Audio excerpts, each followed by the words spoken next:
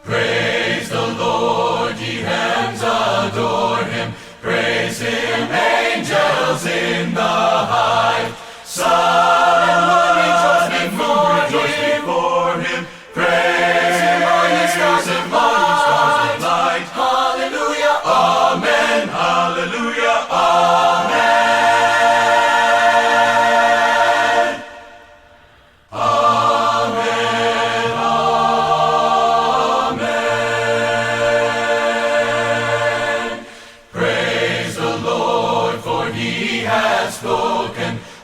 His mighty voice obey.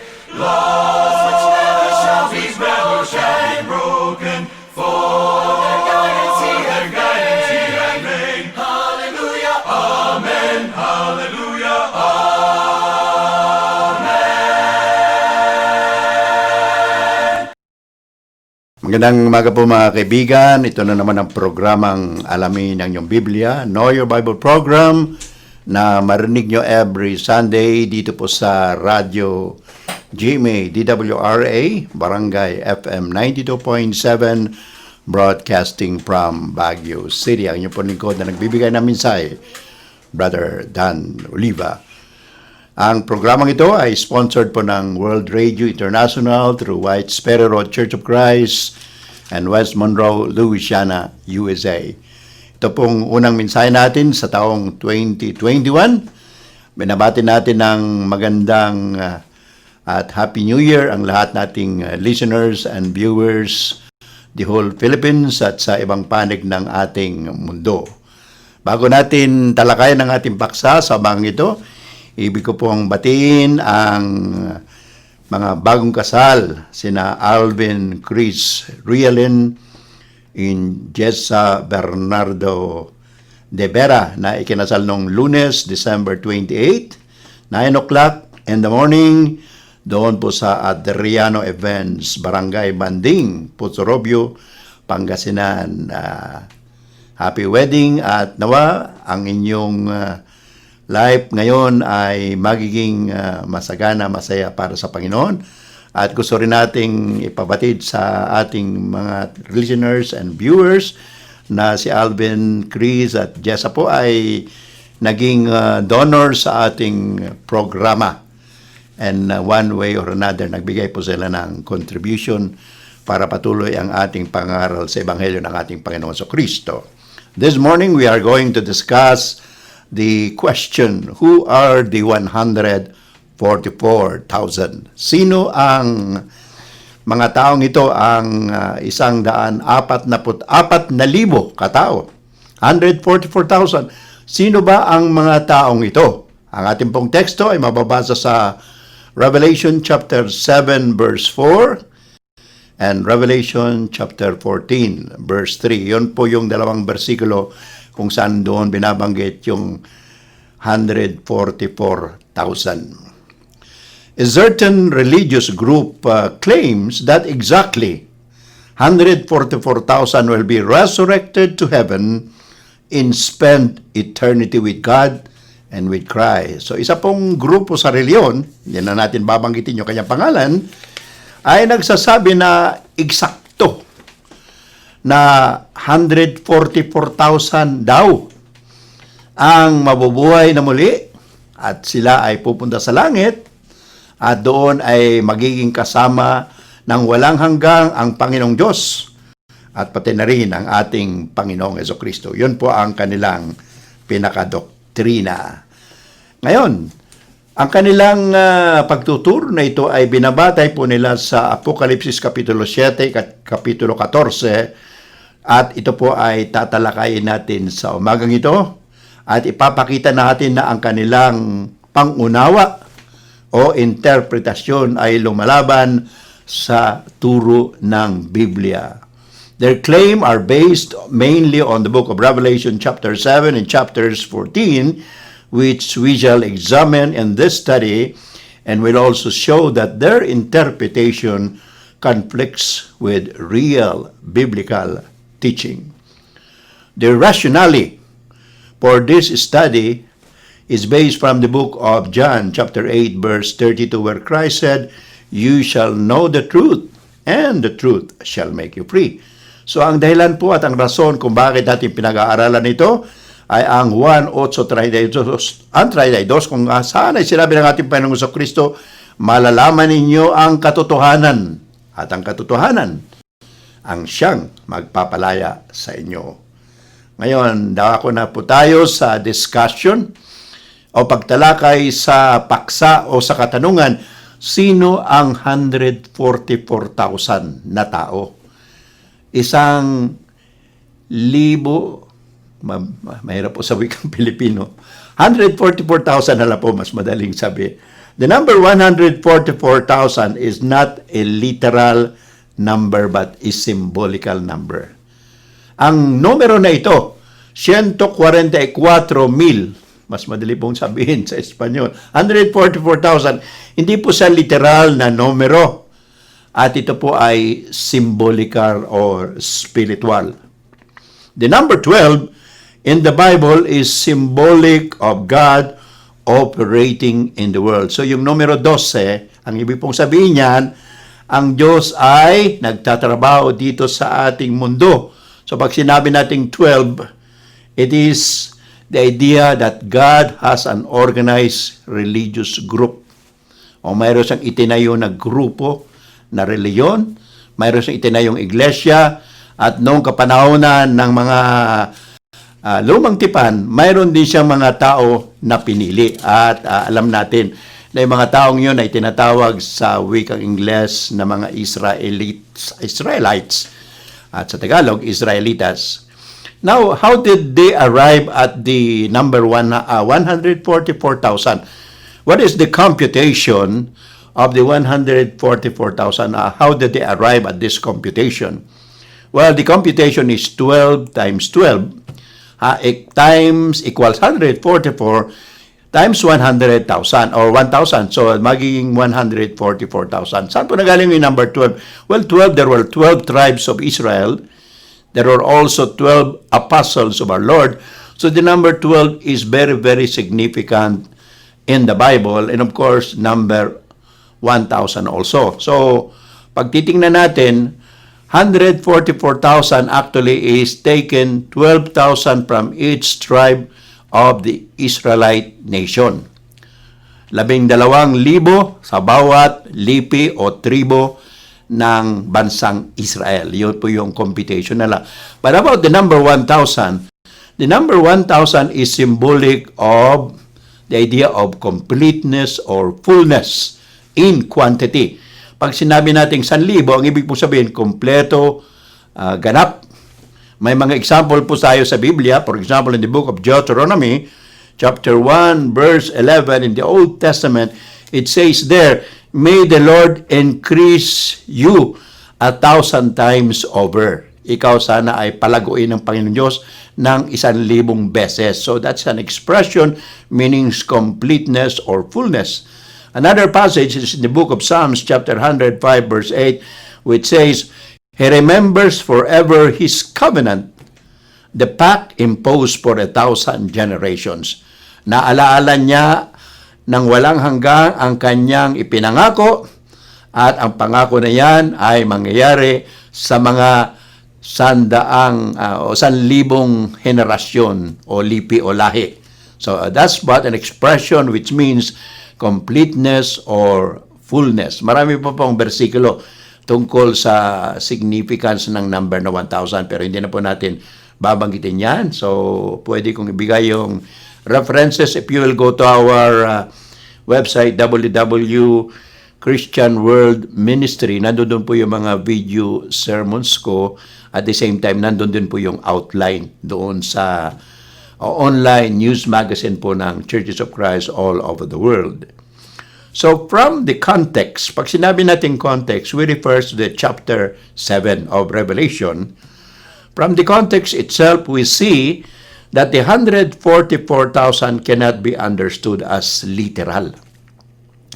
Kung titignan po natin sa konteksto, sa ikapitong talata ng Apokalipsis, makikita natin na ang numero na 144,000 ay hindi po literal.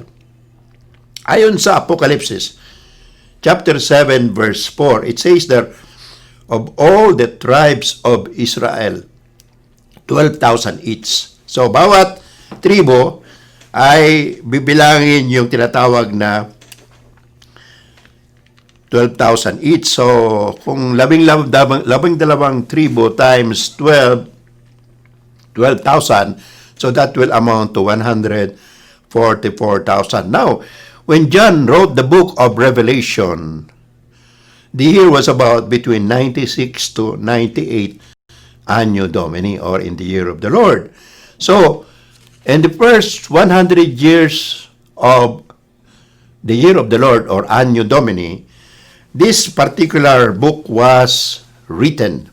Sinulat po yung book of Revelation, 96 to 98 Anno Domini. So, ngayon, ang tanong, during that time, only the tribes of Judah and Benjamin, which came from the southern kingdom, could be considered pure Israelites. Bakit ko nasabi yan? Nagaling lang sa tribo ni Judah at ni Benjamin, nagaling sa southern kingdom ang ituturing na mga pure na Israelites. Bakit? Ang Israelite nation po nahati. Dalawang tribo, southern kingdom, yun yung Judah and Benjamin. And then the 10 tribes were composed of the other 10 tribes. They were called the northern kingdom, and they were captivated by the Assyrians. And the 10 tribes were not able to go back to their lands. And some of them, or probably most of them, intermarried with Gentiles. So sa halip na mag-asawa sila, nakapareho na lang Israelita, karamihan po sa 10 tribes na yun ang nag-asawa ng iba't ibang tao sa iba-ibang bansa.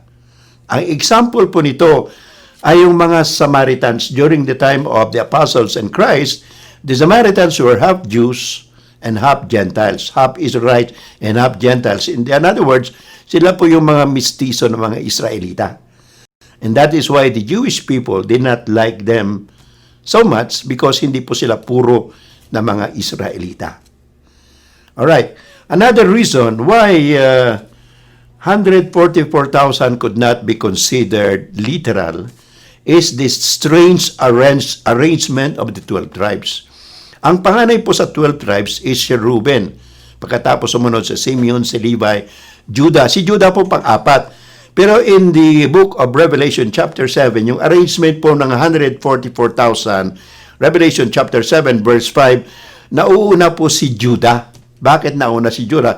Well, Jesus Christ came from the tribe of Judah. Kaya nauna yung Judah. And also, from the book of Revelation chapter 7, hindi po makikita yung pangalang Ephraim, tribo ni Ephraim at ang tribo ni Dan. Ephraim, doon po nanggaling si Joshua, at yung tribo ni Dan, doon po nanggaling si Samson. But they are not included in Revelation chapter 7. So it is a strange arrangement of tribes. Now, let's continue. From the book of Revelation, chapter 14, where you can also read the 144,000. Revelation 14:3 and 4, the 144,000, it says there, were not defiled with women. In other words, they were virgins. Now, ibig sabihin, itong 144,000, pag ginawa nating literal na 144,000 katao, ito po ay puro lalaki. At itong mga lalaki nito ay hindi po nag-asawa. Sabi nila dito sa Revelation 14:3 and 4, they were not defiled with virgins. In other words, hindi sila nag-asawa. And if literal ang 144,000, this would mean that they did not marry or were not married. Yung 144,000 na lalaki na pumunta sa langit, wala po silang asawa lahat. Virgin sila. Now, if that is the case, it would disqualify the Apostle Peter, because in the Gospels, Peter was said to have a mother-in-law. Hindi ka naman pwede magkaroon ng mother-in-law kung wala kang asawa. So, Peter would be disqualified. In other words, wala siya doon sa kalangitan o doon man sa paradise. Also, in the book of Matthew chapter 8, verse 11, it says there that Abraham, Isaac, and Jacob were in the kingdom of God. Si Abraham, si Isaac, pati na rin si Jacob, ay nasa kaharian ng Diyos sa langit. So kung sila ay literal na 144,000, that means pala si Abraham, si Isaac, at si Jacob, hindi nakapunta sa langit. Kasi ang sinasabi dito sa Revelation chapter 14, verse 3 to 4, ang mga nakaakyat lang sa langit ay mga berhin, mga lalaking hindi nag-asawa.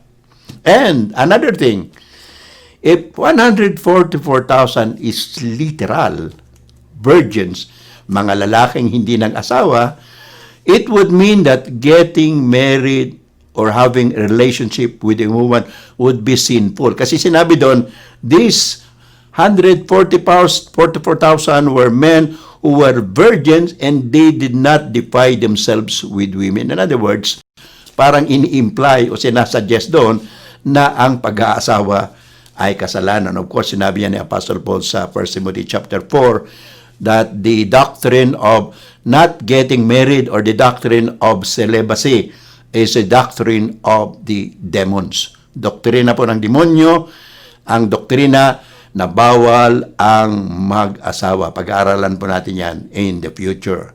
So, trivia, additional information, there are other reasons or arguments that can be cited that the 144,000 is not literal, but rather it is symbolical. Pero wala na po tayong panahon, so we could probably touch that in some other subjects that we will be having here in the future. Now, go back to the question, who then are the 144,000? Kung hindi literal na 144,000 na mga lalaki na hindi nag-asawa, sa makatwid, sino itong 144,000 na tao? Well, we would like to say that the 144,000 is the same people with the great multitude that the Apostle John saw, but in a different angle and perspective. Kung mabasahin nyo, itutuloy na natin sa chapter 7, sabi doon sa verse 7 there, nakita ko ang napakaraming tao na hindi mabibilang. Sa English, tawag nila doon, great multitude, immeasurable number, hindi po pwedeng bilangin. So ito, sino sila? Nagaling po sa iba-ibang tribo, iba-ibang lahi, iba-ibang salita. Sino sila? Well, itong 144,000 which we are affirming na sila ay symbolical number refers to the same people with a great multitude, the innumerable number of people, but in a different angle or perspective. Isa pong uri ng pananaw.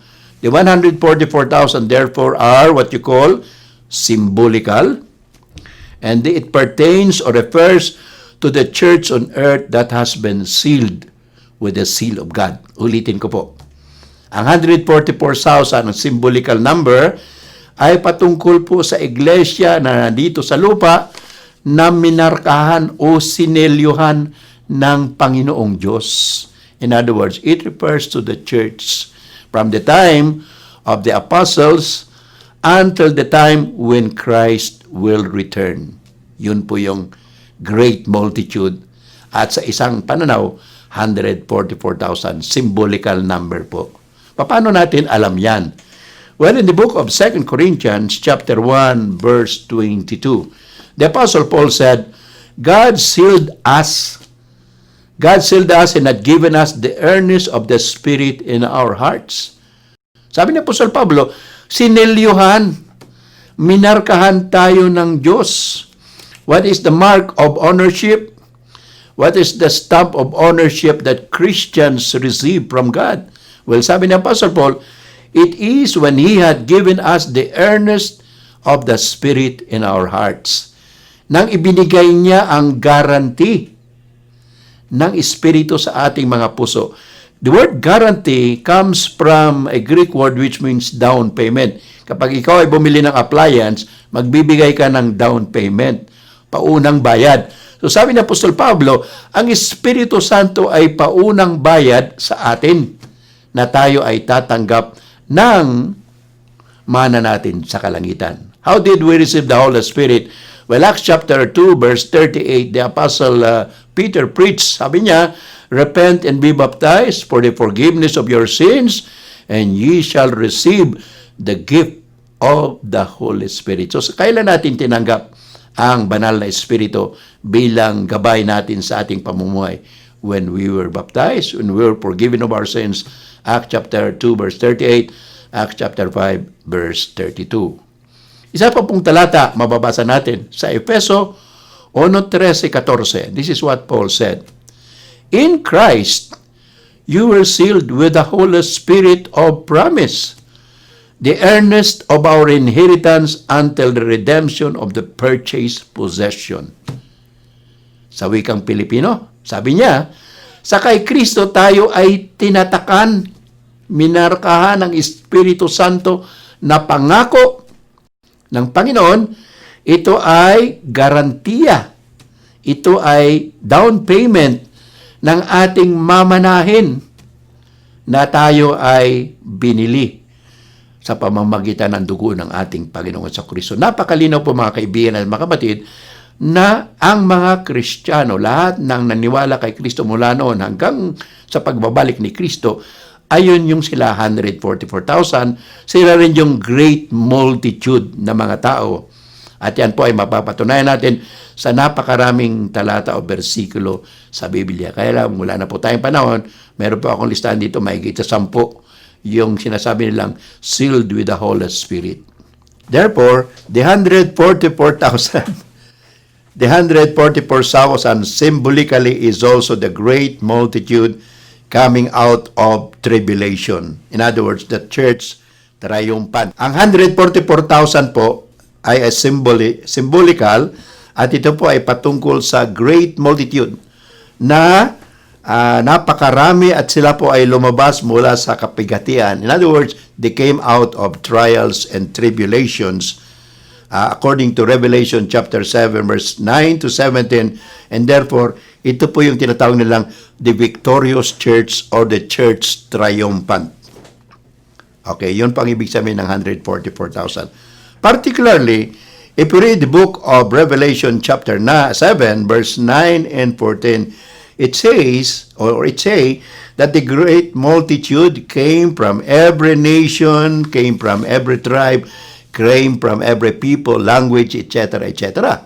And they are in the temple before the throne and before the Lamb. Now, kung 144,000 na po lang ang literal, sobra-sobra po. Sobra-sobra sa 144,000. Mula panahon ng mga apostoles hanggang sa panahon natin at hanggang sa pagbabalik ni Kristo, hindi lang po 144,000 ang naniniwala kay Kristo. There are about 7 billion people now in the whole world, and sabi ng statistics, mahigit sa 1 billion ang mga naniniwala kay Kristo. So yung 144,000 po, hindi pwedeng sabihin literal. Kasi galing nga sa ibang mga bansa, galing sa ibang lahi or lipi, galing sa iba-ibang lugar, tao, iba-ibang lengguwahe o salita, at sila po ay nasa harap ng trono ng Diyos at ng Kordero. Yun po ay si Kristo. So hindi lang po 144,000. So therefore, this denies the doctrine of a particular religious group that 144,000 only from the Israelite nation, ito lang sila ang pupunta sa langit. Yan po yung kanilang doktrina. The 144,000 are the faithful Christians coming from the tribe of Israel, and they will be the one to be resurrected and go to heaven. And the rest, sa kanilang doktrina ng grupo na ito, the rest of the people na niwala kay Kristo, hanggang dito lang sila sa lupa because the earth will not be destroyed. That could be another lesson that we can tackle in this particular program in the future. So, some Bible scholars would include the whole redeemed people of God from the time of Adam to the last saved person when Jesus Christ returns. I repeat, ang iba po mga scholar sa Biblia ay naniniwala na ang 144,000 or the whole redeemed people of God, yung mga naligtas mula panahon ni Adan hanggang sa panahon na babalik si Kristo, Ito po yung 144,000. Ito rin po yung great multitude. In other words, 144,000 is symbolic of the people saved both in the Old Testament and the New Testament until Christ will come. If 144,000 is literal and only the Israelites will be saved, it would conflict with Matthew chapter 8 verse 11. Sabi doon sa Matthew 8:11, sabi ni Kristo, people from the east and the west will be with Abraham, with Jacob, and with Isaac in the kingdom of heaven. Sino po yung galing sa east? Well, east, kasama tayo doon, mga Pilipino. Okay, west. Well, of course, west would refer to Europe and of course, Asia Minor, etc. No? So, hindi lang po puro Israelite. Now, sino po ang ating paniniwalaan? Siyempre, Biblia. We should not be believers of any kind of religious group na nagtuturo na ang 144,000 po ay literal at sila lang yung pupunta sa langit and the rest will stay here on earth. The idea also of virgin, yung tinatawag na pagkaberhen, symbolical din po yan sapagkat sa Biblia, it's not also literal. The idea of being virgin or virginity is symbolical as we will read it from the book of Ephesians chapter 5 verse 21 to 33 where it says that the church is the bride of Christ which Paul emphasized which should be without blemish. Ang iglesia, ayon kay Apostol Pablo, siya ang nobya o siya ang asawa ni Kristo at kinakailangan yung nobya bago sila ikasal dapat ay banal. Puro walang kasalanan, walang dungis, walang bahay dungis. At yun po ang sinasabi ni Apostol Pablo dito sa Efeso 5:21 hanggang 33 kung saan ay sinabi niya na ang nobyo, the bride or the groom is Christ and the bride is the church. So yung relationship nila is similar therefore with Christ and the church and the groom and the bride, especially Ephesians 5:23 and 27 where the Apostle Paul said, Jesus Christ will be presenting to himself a glorious church, no spot, no wrinkle, but holy and without blemish. So, kung gusto mo at mamahalin mo ang babaeng pakakasalan mo dito sa lupa, kinakailangan siya ay walang dungis. Sabi niya, banal. At talagang iyong-iyo. At of course, karamihan sa mga kalalakihan ay gustong maging asawa nila ay birhin. So, ganun din po ang gusto ng ating Panginoon. The church, which is the bride, should be without spot, without wrinkle, but holy and without blemish. So, ganun po kahalaga ang tinatawag na virginity with regards to spiritual relationship between Christ as the groom and the church as the bride. According to Galatians chapter 6 verse 16, the saints or the Christians are now the spiritual Israel of God. In the Old Testament, yung physical Israel came from the tribes of Jacob. Si Jacob po, naging 12 yung anak niya na lalaki, may isang babae. Of course, hindi lang isang asawa yan, 4 yung naging asawa niya doon. But he had 12 sons, and then Jacob later on, name was changed to Israel, and that's why they were called Israelites. And the 12 sons of Jacob became the fathers of the Israelite nation when they went to Egypt. Naging slave sila doon for about 430 years. And then when they came out of the land of Egypt, they became a nation. Milyon na po ang lumabas mula sa Egypto nung panahon ni Moses. And then they entered the land of Canaan, the promised land, at doon po sa land of Canaan sila naging isang bansa. Of course, first muna, about 700 years or more, nagkaroon sila ng hari, and there they stayed in the land of Israel and they became a great nation. Ang first king nila si King Saul, then King David, King Solomon, and the rest later on. So finally, what do we learn from our study this morning, brothers and sisters? From the book of Revelation chapter 7, verses 1 to 17, if you will read the whole chapter. The 144,000 and the great multitude actually are the same. They will be sealed by God for ownership and spiritual protection. Kaya kung babasahin natin yun, sinabi doon, may 4 na anghel, pinipigilan nila yung hangin. Yung hangin po ay actually destructive powers. Bago wasakin ng Panginoon ang mundo sa pamamagitan ng 4 na anghel, sabi ng Panginoon, tatatakan muna natin yung ating mga tao. At ang bilang doon, 144,000, and then later on naging great multitude. Bakit sila tatatakan o mamarkahan? Because God, through the angels, would be destroying the world. Before the angels were released, the winds of destruction or the winds of judgment against the wicked. So yung chapter 7 po is actually preliminary to the destruction of the wicked people on this earth. But before that will happen, sabi ng Panginoon, let the saints be numbered, and let them be counted, and let them be sealed for protection and for ownership. Yan po ay hango pa rin sa Old Testament, mga terminologies and vision. For example, the book of Jeremiah, nandoon po yun. And then they would be sealed in their foreheads. Katulad ng pinag-aralan natin noon, there was a mark of the beast on the forehead and on the right hand.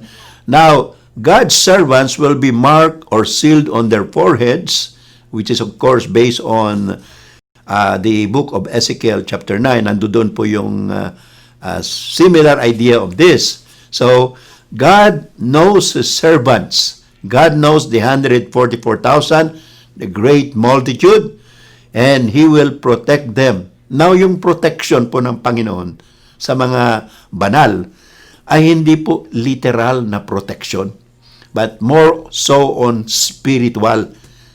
Ano pong pinapangako ng Panginoon Diyos? Revelation chapter 2 verse 10 says, "Be thou faithful unto death, and I will give you the crown of life." In other words, brothers and sisters, God is not making a promise that He will always protect us physically. Kasi nung panahon ng mga apostoles, panahon ni Apostle John, first 300 years of the Christian religion, the Church of Christ or the Churches of Christ, naging persecuted po ang unang mga Kristiyano. In fact, you remember we preached about Nero, and then Domitian, marami pong pinapatay na Kristiyano. So in 2 Timothy chapter 2 verse 19, this is what the Apostle Paul said, "The foundation of God stands sure, having the seal, the Lord knows who are His, let everyone therefore depart from sin." Anong ibig sabihin niyan? Ang pundasyon daw ng Diyos ay sigurado, matatag, at tinatakan niya ang kanyang mga pag-aari na mga banal na tao. Sapagkat kilala ng Diyos kung sino ang kanya, kaya dapat ang sino man ay umalis sa buhay ng mga salanan. Now, those with the seal of God will not be hurt. As I was saying kanina, ang Diyos po ay hindi nangangako na hindi tayo magkakaroon ng tinatawag na physical suffering or tribulation. God is promising that we will not be hurt, spiritually speaking. If you read the book of Revelation chapter 14, verses 1 to 5, this is not talking about protection physically, but it is about spiritual protection. As I was saying kanina, sa book of Revelation chapter 2 verse 10, it says, "The 144,000, the great multitude, are the redeemed people, the forgiven people, and so on the day of judgment, they will have a place in the eternal place of God." Of course, that is heaven. At I was saying kanina, God did not protect the Christians physically. Kasi nga nung first 300 years ng Christianity, marami po ang nangamatay ng Kristiyano. Even probably John, the Apostle Peter, the Apostle Paul, etc. No? Wala tayong mababasa na pinatay. But there was one apostle na binanggit natin sa Acts chapter 12, si James. Pinatay po yan siya ni Herod. Pati nga si John the Baptist, pinatay din Herod. So the great multitude, therefore, as we're about to close our lesson for this morning, the great multitude, the 144,000, are the people who came out of tribulation. They are victorious, for they have washed their robes. They have made them white in the blood of the Lamb. Ito pong mapakaraming tao na hindi mabilang, which is symbolized by the number 144,000. Lumabas po sila sa napakaraming paghihirap, napakaraming kapagatian, spiritual, and of course kasama yung spiritual, but spiritually they are victorious. For they have washed their robes. Ano ibig sabihin ng wash their robes? Inugasan nila ang kanilang mga physical o spiritual na pangangatawan sa pamamagitan ng dugo ng kordero. Of course, that is not literal. When we become Christians, we ask for forgiveness. The Lord will wash us physically or rather spiritually through His blood, but that is not literal. Paano nangyari yon? Acts 22 verse 16, sabi ni Ananias kay Apostle Paul or Paul, arise and be baptized and wash away your sins. So paano hinugasan ng Panginoon ang kasalanan ng tao? It is actually through baptism. But it's not the water that removes. It is our faith.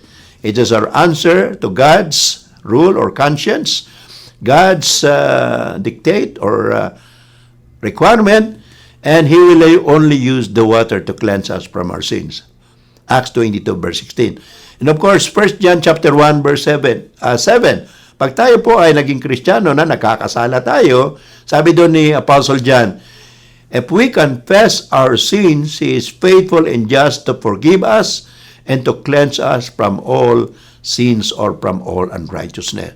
So, Kristiyano ka na, nakakasala ka, ikaw ay humingi ng tawad, kino-confess mo yung kasalanan mo, patuloy po ang panghuhugas ng Panginoong Diyos sa pamamagitan ng dugo ni Kristo. That's also not literal but symbolical. So what's the final message that we have this morning tungkol po sa ating pag-aaral sa 144,000? The final message to us with regards to the idea of the 144,000 based on Revelation chapter 7 and Revelation chapter 14 is this. Number 1, the Lord rules the universe spiritually. Ang Panginoon Diyos po ang siyang naghahari sa mundong ito in a spiritual way. Of course, physical kasama doon, but more so on a spiritual way. God allows only evil to happen, calamities to happen, even to His saints, to His children, as a way of tracing them or training them or testing them. According to James chapter 1 verse 3, blessed are you when ye shall suffer. Sabi niya, Apostle James, rejoice, for it will make your faith become sure and mature. Number 2 message, the Lord also protects His people spiritually. So let us not be afraid. So, ulitin ko po yung dalawang final message ng Revelation 7 and Revelation 14. The Lord rules the universe spiritually. And so let us rejoice. Maging masaya po tayo. Number 2 lesson, the Lord protects His people spiritually. So we should not be afraid. Alright, so napag-aralan po natin ngayong umaga mga kaibigan kapatid, ang doktrina tungkol sa 144,000. Sino sila? Literal ba yan o symbolikal? Napag-aralan natin na 144,000 ay hindi po literal, but it is symbolical. It refers to the church, to the saved people from the time of Adam up to the time when Christ returns. It also refers to the church from the first century up to the time when Christ returns. And so that is the meaning, spiritual meaning of the 144,000. Sana kasama tayo doon sa 144,000 at we are already sealed with the Holy Spirit. Kung kayo po ay nakay Kristo na, kasama na tayo lahat doon sa 144,000 or the great multitude. We were sealed with the Holy Spirit, and on the day when Christ returns, we will be with Him together in heaven. So we would like to invite you, if you are not yet a child of God, let us help you.